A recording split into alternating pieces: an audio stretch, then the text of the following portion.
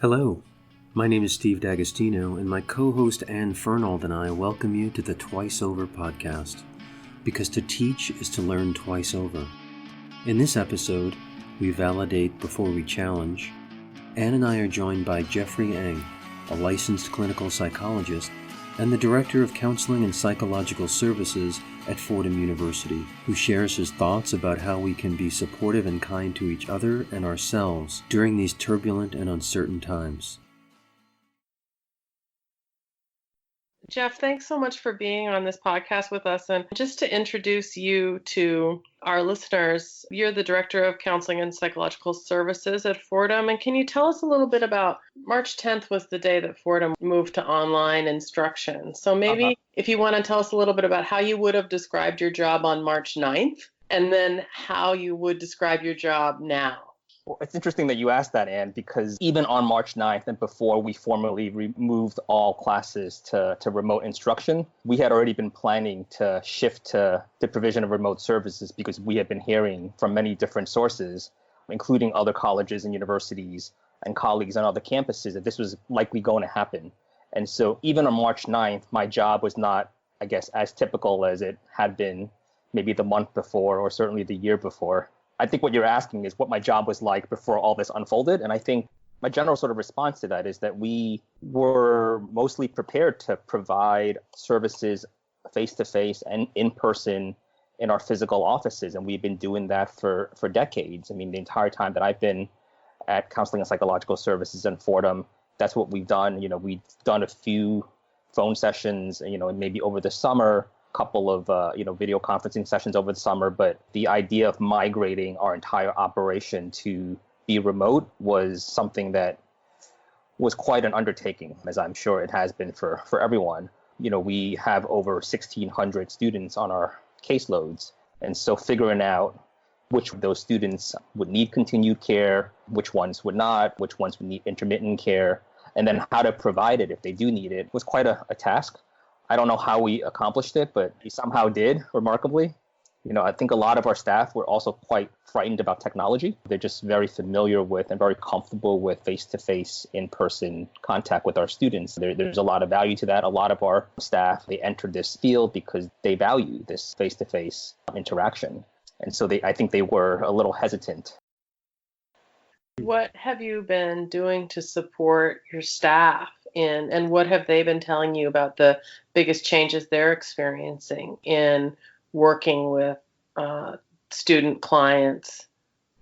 Are you using Zoom for your meetings, or how are you doing the meetings? I mean, we're using a variety of platforms. We're using Zoom, WebEx, and DoxyMe, which is for healthcare providers. Oh. We actually couldn't use the version of Zoom that the university purchased for us because they didn't purchase the HIPAA compliant version. So we had to purchase our own separate license to use Zoom. There's been, I have almost 50 staff and graduate student trainees. And the bottom line is that there's almost 50 different unique situations. And I've been trying to really honor and support the complexities and the multidimensionalities of all their lives. And so it requires a lot of flexibility and I think accommodation on my part, on the part of our leaders within the institution. You all, I'm sure, have heard the same things from instructors, right? I mean, for some instructors and some of my staff, making the shift technologically, finding the space to do the work, it's been, easy peasy. And for others with, poor Wi-Fi or, young children at home, or family members who are ill, it's just more complicated. And I think I've just been trying to be reasonable and flexible with my expectations. I imagine even from the student side, many of them may not have a private space at home where they can receive support from their counselor, right? That would be maybe an issue on their end as well. Having a therapeutic conversation in my house when we're all quarantined together, how is that happening? I think if there's one consistent challenge that all of my staff and our graduate student trainees have been reporting on the part of students, it's the struggle with being back home.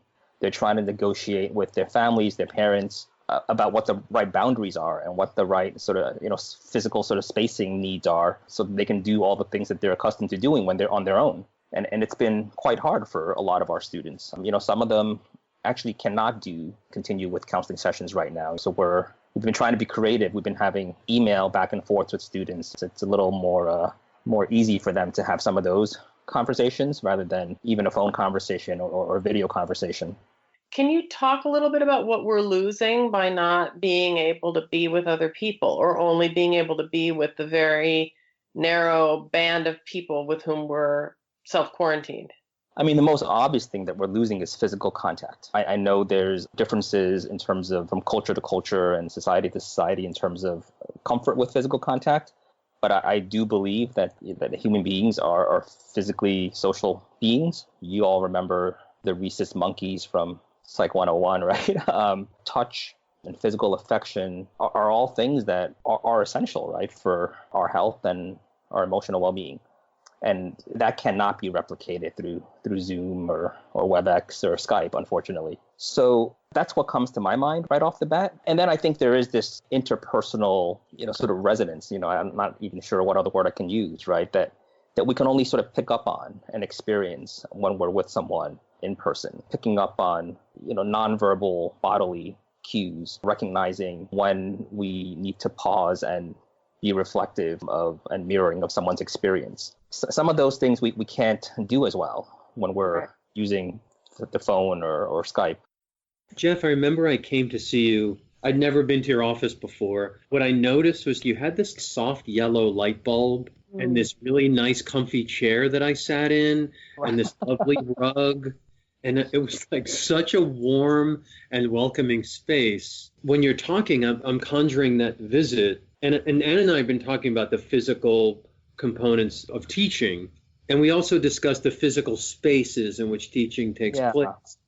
But I think in your context, maybe that's equally important, that you can construct this safe environment that you can't really do through a Zoom. It's just much more difficult. I mean, we're obviously trying to do our best to replicate, some of that sense of physical and environmental safety, but it's hard because there are things we can't control. The word that I want to throw out there is intimacy. I think there is a sense of intimacy that is lost when we engage in, purely screen-to-screen interactions. And I'm sure there's a whole sort of neuroscience behind that I'm not familiar with, but I do know that there's a level of sort of neural activation that occurs when we're interacting with someone physically and in person, face-to-face, that is not replicated when we're interacting with them through the screen. It's like watching a sporting event on TV versus being there in person. Right? Yeah. The experience, the felt experience is so different. The emotional experience is so different. There's a level of connection, with everybody there that you don't feel when you're watching it on the screen. I went to a hockey game one time. I don't care a thing about hockey. Watching hockey live is so exciting. Exactly, right. It's really cold and everyone's super riveted. Yeah. And I could never watch a hockey game on TV. But if you invite me to a live hockey game, maybe not a Rangers game, but a live hockey game, so into it. Exactly, right. When the NBA was contemplating playing games without fans in the stadiums, I mean, nobody wanted that, even though it was a somewhat creative solution. It did seem for a minute like that might work, but right. It's interesting how unappealing that was. Yeah. One of the things that I've been hearing, or we've been hearing a lot from students, and maybe you've been hearing the same thing in regards to their sort of academic experience right now, is that it feels like it's optional. That's the word that we've been hearing a lot. They're reporting that it feels like it's optional because of how it has intersected with their home and family lives, which historically has been more boundaried and separate from academic life as a college student. Even though they recognize intellectually that it's not optional, emotionally they feel like it's optional. That's really interesting. I've been doing a check-in with my students at the beginning of every class. So I'm meeting my class synchronously at the same time that we had regularly met. And I start every class just by asking them to say what's been hard and what's getting them through. And we're in week 3 of this online instruction. And someone very early on said, the work is really piling on and it seems like it's multiplying. very hard to do it. A lot of them, I think, I mean, in a kind of, in my lay person's sense, are experiencing some low grade depression. So there's a lot of self reporting of sleeping 10 hours. I had a lot of students who were exhausted. I mean, this happened right at midterm, so it's natural that they had a sleep deficit. 3 weeks later, to still be sleeping 10 hours is unusual. They're sleeping a ton because they can, bored and sad. Yeah, I mean, I think, we've been hearing the same thing as well from our students, that there is this understandable sense of sadness, which comes with loss and grief. There's a sense of feeling melancholic and dysthymic and just down. They're still processing what abruptly happened to them 2-3 weeks ago and all the losses and disruptions that came with that. And so it will be understandable that it will be harder for them to sort of stay motivated, right, to do some of the work that's required of them. Intellectually, they know they still have to do the work, but emotionally, figuring out how to process that so they can actually do the work has been hard. And that's why I kind of started off, this conversation with saying that I think one of the things that students most need right now is to give themselves sort of time and space, right, to feel those feelings and trusting that over time it'll pass. I think the challenge is that the academic pace has not really sort of slowed down while they're trying to navigate this. In fact, for some of them, it seems like it's picked up in many ways. Because with some of the asynchronous classrooms and learning going on, there are some students who are putting aside or procrastinating with the actual classes that they're supposed to be in, which if they were on campus, they would just be showing up, right? They would be absorbing new information and learning in that way. So that's been deferred too for some students. So yeah, it's not surprising to me that there are some students who are feeling way behind and don't know how to catch up. And I think it's important for us to be thinking about as as an academic enterprise, like how we can support them through that, while still maintaining academic standards, right? And then there's the loss to all of the physical spaces. Kids who play a sport or go to the practice rooms where the pianos are, or it's all of those things outside of the classroom. As teachers, we think of it's all about the classroom in a lot of ways. That's the center of things. Yeah. But for a lot of students, that's not the case, right? It's exactly right. It's nested in this larger environment. Yeah, no, I completely agree. I mean, that's why we have college campuses, right? They're supposed to be physical spaces that are conducive to learning and growth, and that's been taken away from them. But we're still expecting them to learn and grow in the same way when all of these resources and factors that were historically contributing to the learning are no longer there, right? And not only that some of them may not be returning to like a neutral space where they can just figure all this stuff out. We have students who are going to home environments that might be quite triggering for them and might not be very healthy for them. Thankfully, most students are going home to environments that are conducive to their mental health and well-being, but that's not the case for all students. I had a very touching email exchange with a student about whom I'm worried. Mm-hmm. And he's doing okay, but he's having a harder time than some. He'd missed a class, and I wrote and said, I'm just checking in, are you okay? He said, it's hard. I would hope that, especially now, all faculty and instructors would be more inclined to be curious and inquisitive, without being intrusive. It sounds like you were just concerned and you reached out, let him know what your concerns were, and gave him an opportunity to articulate and to, express some of those concerns without him having to go into depth or detail, which sounds like he appreciated and it was helpful. I think the implicit communication there on your part, Anne, is that you're demonstrating care. You're validating whatever it is he might be going through emotionally, which goes a long way and makes a huge difference. We still have some students who are in disbelief. They're just still shocked by all this, even though it's been a few weeks already. Their sense is this is not really happening. They're trying to sort of negotiate with their family members and with their instructors to get out of this mode of operating. So they haven't really accepted it yet. And so I think our jobs gradually with any grief process is to move folks to a place of acceptance so that they can develop the resiliencies and start planning for the future and pivot as necessary to adjust to whatever the losses are. So I think students really need that right now. And that also falls, I think, in line with something that I know you all hear me say all the time, is that students need to be compassionate with themselves right now, especially now, considering the circumstances, really being gentler and more loving to themselves. And in that same spirit, really being flexible with what their own expectations are for what's doable. Because sometimes, when we recognize that a student really can't be a student right now because of their life situation, whatever that might be, I think it's important and kind, really, to let the student know. And maybe it's not the instructor, maybe it's the student's academic advisor or the academic dean. So let the student know that this is not the best time for you to be a student. It might be optimal for you to take a temporary leave and to come back when you're in a better place. I think that's really kind, actually. And I think sometimes students think about their academic trajectory in a very linear way, right? And that if they take a leave, it means this, that, or the other, when it really doesn't have to mean that. What it really means that they're taking the time off to care for themselves or a loved one or to resolve whatever their situation is so that when they come back, they're able to be more successful academically. I'm getting a lot of that, and I imagine you and Ann are as well, around this tension between maintaining academic standards perhaps, but really wanting to be compassionate. How do I know when I'm not being helpful, when I really need to say to a student, you need more advising than I can give you in this situation? I don't have a cookie cutter formulaic answer to that, obviously. I think it really would depend on each student's situation and what that relationship might be like with the instructor. But certainly, I think there could be times where we feel like what the student is sharing with us really falls outside the scope of what we're able to do. And, that threshold is going to look differently, I think, for each faculty member, outside of some pretty obvious things, I think.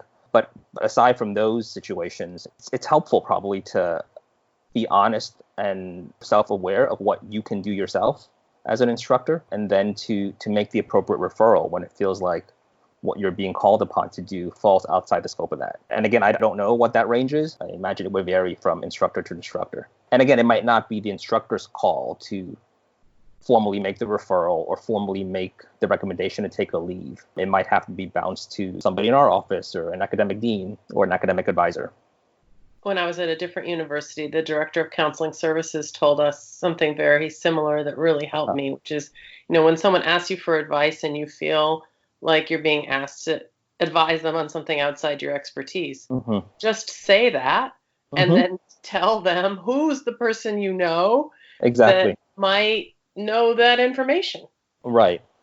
And I think, I don't have any hesitation when someone asks me, I'm really struggling about, should I take organic chemistry first or should I take biology? Right. As an English professor, I don't have any hesitation to say, can't answer that question. Right. I don't know. But when someone says to me something about, feeling sad, and I don't have the ability to decide clinically, is this depression? Is this a bad mood?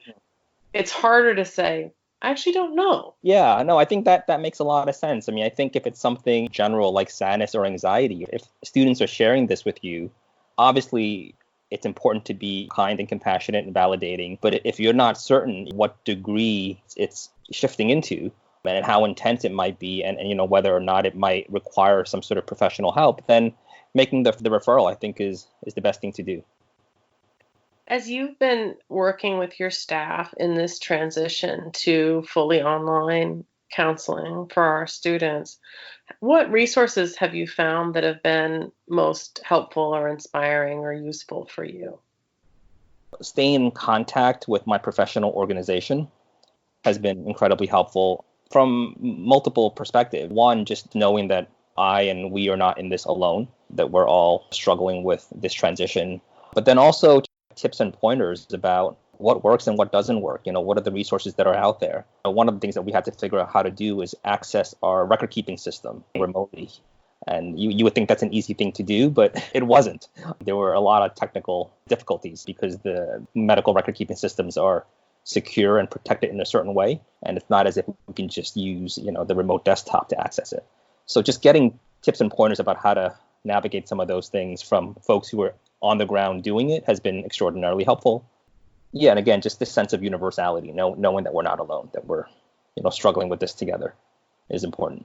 So I'm wondering if you've, Jeff, thought about, now that counselors and students over 5-6 weeks, hopefully not months, become used to receiving counseling services in this way via Zoom, will that change the culture of your work, of that relationship, making this kind of counseling more accepted and prevalent?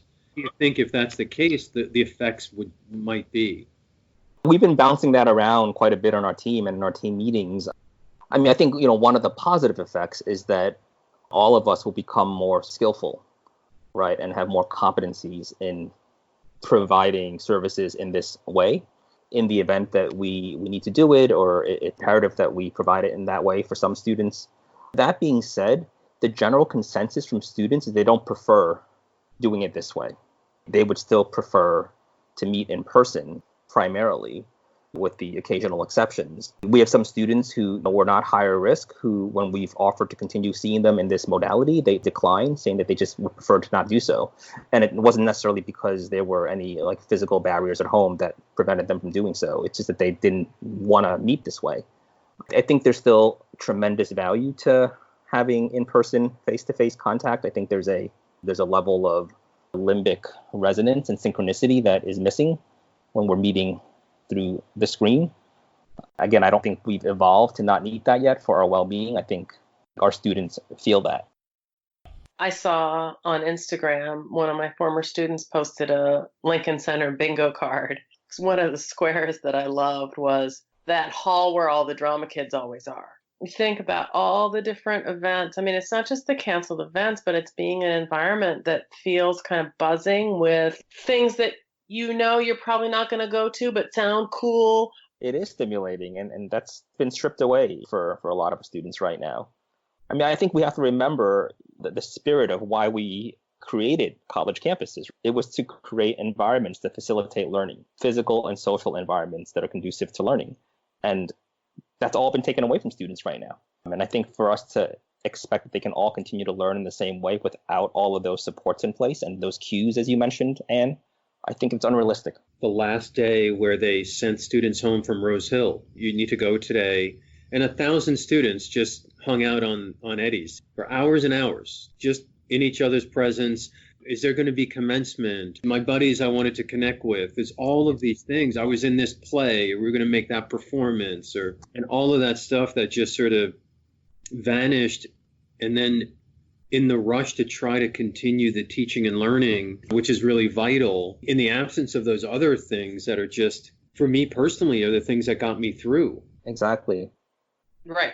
Yeah, those things are so meaningful for our students. All of these things that you're describing as occurring outside of the classroom, so vital to their experience and their life as a college student. I mean, we have students who, as you said, were saying goodbye to friends, significant others, not really knowing when and if they'll see each other again. And that's really difficult. Right. We have students who are extraordinarily close to one another, not knowing when they'll see each other again. Seniors who are graduating, who were anticipating having a couple of more months to spend with friends and significant others and roommates and suite mates, who now don't know if they'll be able to sort of recapture that experience.